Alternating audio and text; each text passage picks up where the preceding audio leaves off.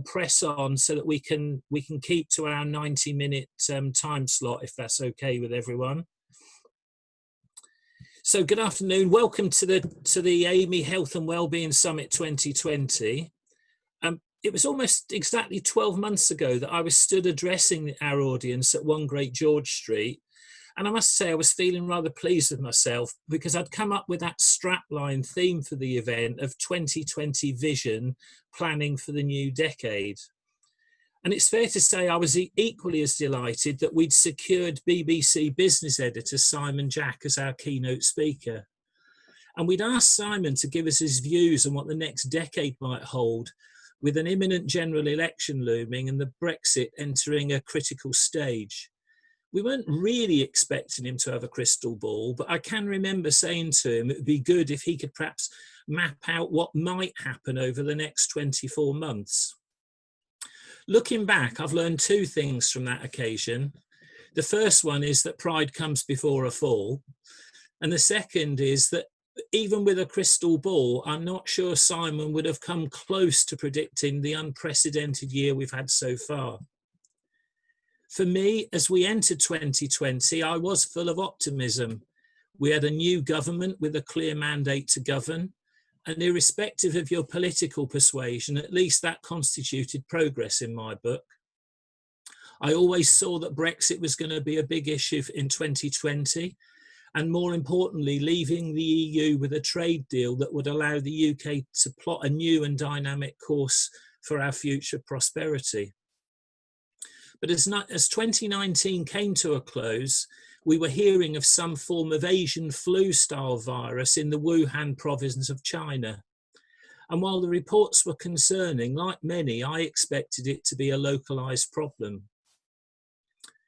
At that stage, I thought the saying, "It's life, Jim, but not as we know it," was a fictional event spoken by Mr. Spock to Captain Kirk in Star Trek.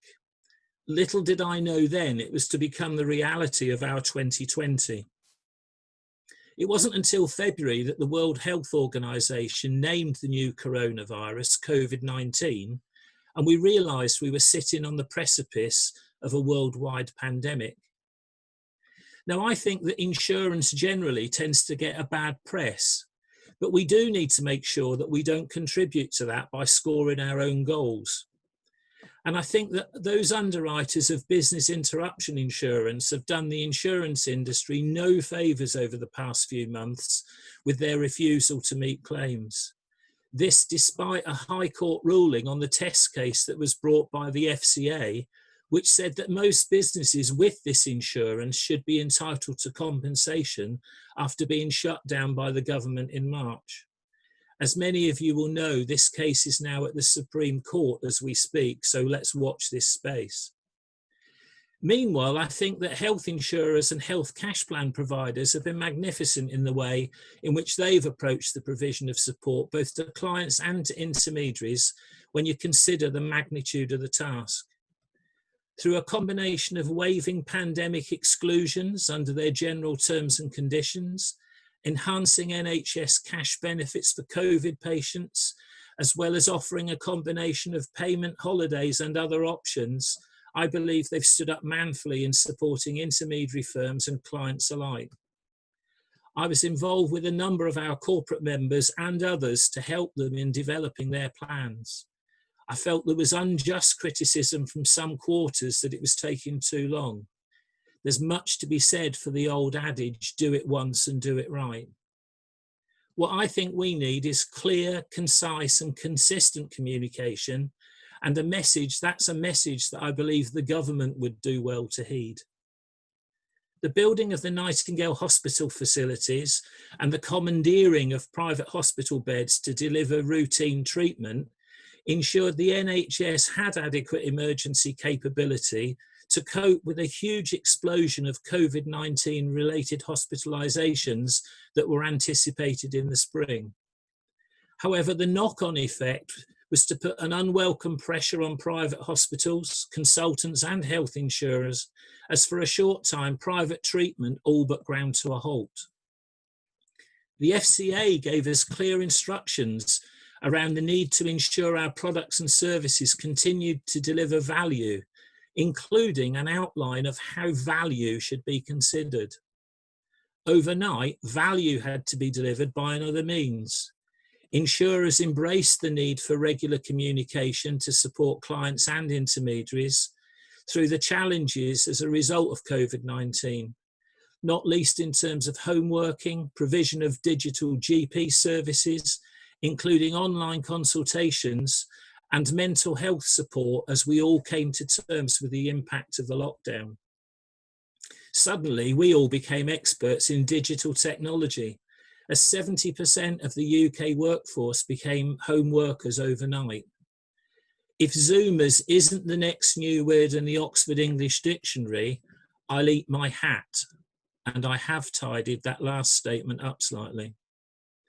We've seen chief medical officers, both government and for insurers, frontline and giving us scientific and technical updates, which would previously have been unheard of.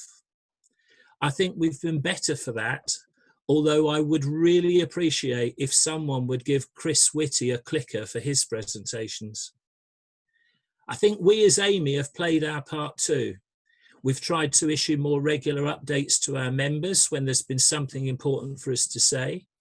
Using my LinkedIn profile and my @AMII Chairman Twitter handle, I've been signposting FCA notices and guidance. We've developed our education event series to include home working, compliance, and mental health briefing sessions to members. And we've got plans to bring you a risk and protection event in the first quarter of 2021. And it's only the busy December and January business period which is preventing us from doing it sooner. At the peak of the first lockdown, we were able to orchestrate an industry-wide initiative for the digital transfer of personal data and underwriting in the SME and corporate markets.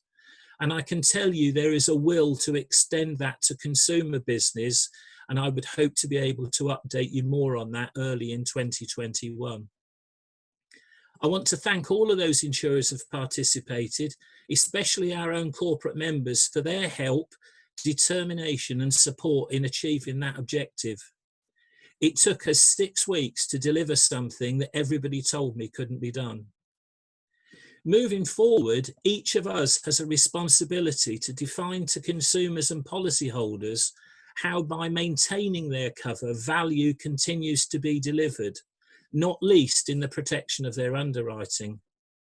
Let's not hear any more of that silly nonsense. I'm going to cancel my policy because I can't have treatment in a private hospital. With more than 140,000 people still waiting for routine treatment after 12 months and an all-time high backlog of more than 4.3 million, there has never been a better time for us to extol the virtues of health and protection insurances. New business inquiries are buoyant. We just need to make sure that we convert them into customers. As we move into 2021, the UK faces a whole new raft of challenges in addition to those which the year has presented so far. If I've learned one thing from last year's mistakes, it's that I'm not going to make any predictions for 2021. But I'm going to hand you over to an old friend of the association, the hopefully clairvoyant Ian Anderson, for his macro view on politics, the economy, and regulation, with a particular focus on the economic and political impact of COVID-19 and what it all might mean for the UK's financial services and healthcare sectors. So without any further